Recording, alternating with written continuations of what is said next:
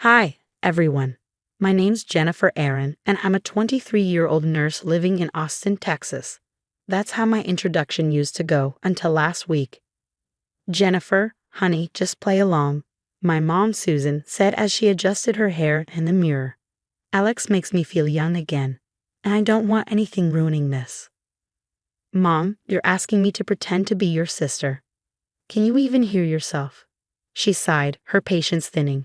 Your father's been gone for 15 years. It's time we moved on.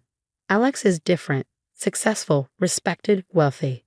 And Dad's memory, all those photos, the life you built together. None of that matters anymore. Don't be bitter, sweetie. It doesn't suit you, she replied, her voice coated in condescension. At first, it seemed like a bizarre one-time request, but things escalated quickly. At the grocery store, restaurants, even church, she introduced me as her baby sister, Jennifer. Isn't she precious? She giggled, playing the role of a doting older sibling. Susan, darling, I didn't know you had a sister. Mrs. Henderson, our town's biggest gossip, practically squealed in the supermarket. Oh yes, our parents had me quite late. Mom lied effortlessly. Jennifer's been living with me since they passed. I froze as I watched my childhood vanish in real time. My Aunt Patricia even joined the charade. Jennifer's always been like a daughter to Susan, even though they're sisters. Such a special bond. It wasn't long before my best friend, Rachel, caught me crying in the hospital break room. This is insane, Jennifer. Your mom's taking this way too far. What can I do? She's threatening to pull her co-signing from my nursing school loans if I don't go along with it. I still have 2 years of payments left. The situation spiraled further when Alex's daughter, Madison, knocked on my door one evening. Something's not adding up about your sister, she said, studying me carefully. Madison, it's complicated. No, what's complicated is watching my father fall for another gold digger. But this time, it's different. The way Susan talks about you, it's like she's trying to erase something. And Madison wasn't wrong. Over the following weeks, Mom's transformation became even more surreal. Designer clothes replaced her nurse scrubs. Her accent changed. She dropped a full decade off her age. One night, I overheard her telling Alex, Jennifer and I grew up in Connecticut, but we moved here after our parents' accident. She crafted an entirely new backstory. The final straw came when I found my birth certificate in the trash, torn to pieces. A new version appeared in Mom's files, listing her as my sister and 2 fake names as our parents. When she caught me staring at the altered documents, her voice softened. Remember who supported you all these years, who took extra shifts to put you through school. The least you can do is help me find happiness. I barely recognized her anymore. Her lies all came to a head at the wedding. Ladies and gentlemen, Alex's voice boomed across the reception hall. I'd like to propose a toast to my beautiful bride, Susan, and welcome her beloved sister, Jennifer, to our family. The crowd cheered as I forced a smile, gripping my champagne glass so tightly I thought it might shatter. Susan looks barely 30, Mrs. Henderson gushed to her gossip circle. Thank you, Mom replied sweetly. Jennifer has been my rock since our parents' passing. Later that evening, I overheard Madison in the hallway. Dad, don't you think it's weird? I looked up Susan's background, and things don't add up. Madison, stop being paranoid. Not every woman is like your mother. I slipped away to Mom's home office, searching for my grandmother's will. What I found instead were altered inheritance documents. My claim had been erased, replaced by her fictional sister narrative. Looking for something, Mom's voice startled me. You changed the will. That was Grandma's money for my education. Lower your voice, she hissed. Alex can't know about my real age or your inheritance claim. I'll handle your education. Just stick to the plan. The next week, my student loan officer called. Miss Aaron, your cosigner has requested removal from your loans. She can't do that. I still have 2 years of payments left. Then you'll need to find a new cosigner or pay the balance in full. I broke down in Rachel's apartment that night. She's systematically erasing everything about my childhood. I sobbed. Jennifer, this isn't just wrong. It's illegal, Rachel said, her face grim. The next day, she showed me a Society page article about Mom's charity work. The dates didn't match her new backstory. That's when I decided to meet with Kevin Matthews, a local investigative journalist. What made you suspicious? Kevin asked. leaning forward in the coffee shop. Public records, I explained.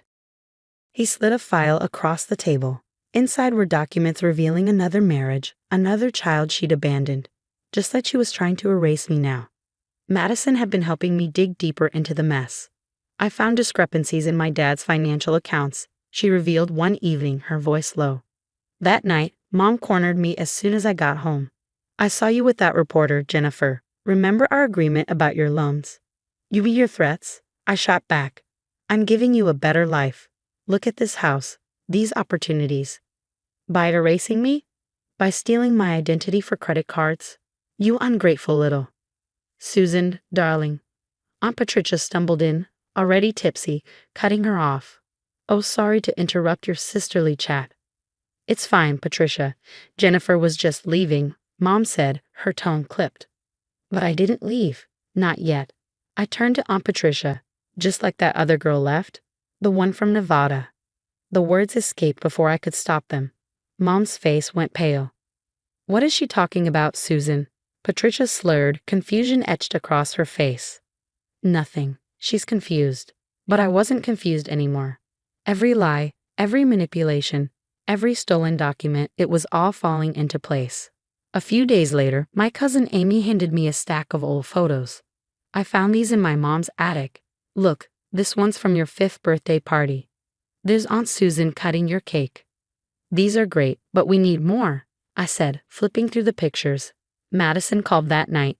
Jennifer, I found something else in my dad's study. Susan's been writing checks to herself from the company account, and she's opened 6 credit cards in my name. Before I could respond, my phone buzzed. It was Rachel. You won't believe this. Mrs. Peterson, you know, from your old elementary school, she gave me a copy of your 3rd grade registration papers. Guess who signed them as your mother? Susan? Yep. She kept copies of everything. I'll scan them and send them over. Piece by piece, the puzzle was coming together. Kevin, the journalist, slid into our regular booth at the diner the next day, his laptop already open. I found something big, he said, pushing the screen toward me. There it was, her first marriage, Gregory Phillips, Las Vegas. They had a daughter named Emma. What happened to them? I asked, my stomach churning. Gregory's serving time for fraud. But the interesting part, Susan testified against him in court. The daughter disappeared from all records after that. It's eerily similar to what she's doing now. The break room at the hospital became my makeshift office between shifts. I documented everything. Dr. Torres, my childhood pediatrician, provided my medical records. I delivered you Jennifer, he confirmed. I remember Susan holding you for the first time. Aunt Patricia, wine on her breath, broke down one night. Your mother made me promise, she confessed. But I can't keep lying. She forged your grandmother's will. She said it was for your own good. Madison, constantly digging, texted me updates. Quarterly reports show huge discrepancies in Dad's company finances.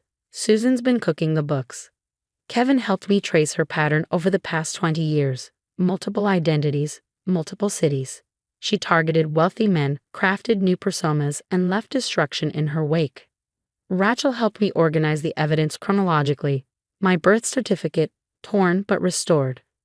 School records and registration forms signed by Susan as my mother. Medical files from my infancy. Photos proving the life we once had. Bank statements showing identity theft. Forged documents.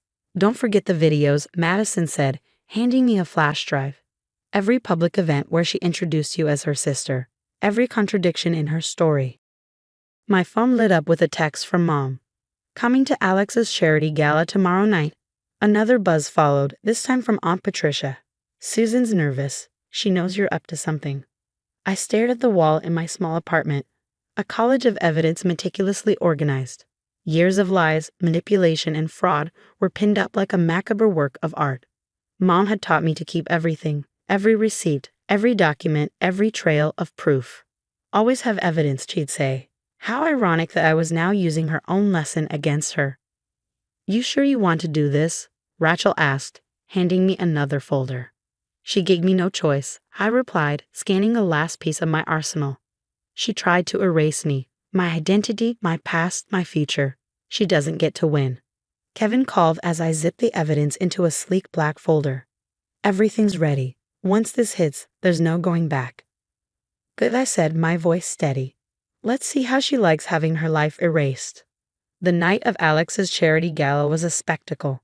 Chandeliers sparkled overhead, and the elite mingled in designer gowns and tailored suits. I lingered by the door, my heart pounding as I watched the night unfold. Then, it happened. Have you seen these documents, Mr. Cooper? One of Alex's business partners asked, holding up a USB drive. I had ensured it found its way into their hands anonymously earlier that day. Across the room, I watched Alex's face turn ashen as he scrolled through the files. Alex, darling, what's wrong? Mom's perfectly manicured hand touched his arm, her voice oozing concern. These financial records, Susan, he choked out. What have you done? The whispers began immediately. Partners huddled together, their phones lighting up with the files I'd exposed. Mom's frozen smile faltered as her eyes darted across the room. Ladies and gentlemen, Kevin Matthews, the journalist, announced with a champagne glass in hand. Tonight's edition of the Daily Tribune features an intriguing story about identity theft and family fraud. Complimentary copies are being distributed now. This is all a misunderstanding, Mom protested, her voice rising. A misunderstanding? A woman pushed through the crowd.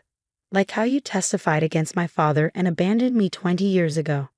It was Emma Phillips, Mom's long-lost first daughter. The room erupted. Mrs. Henderson's gossip circle transformed into an impromptu tribunal. She told me she was only 35. She said her parents died in Connecticut. She claimed Jennifer was her sister.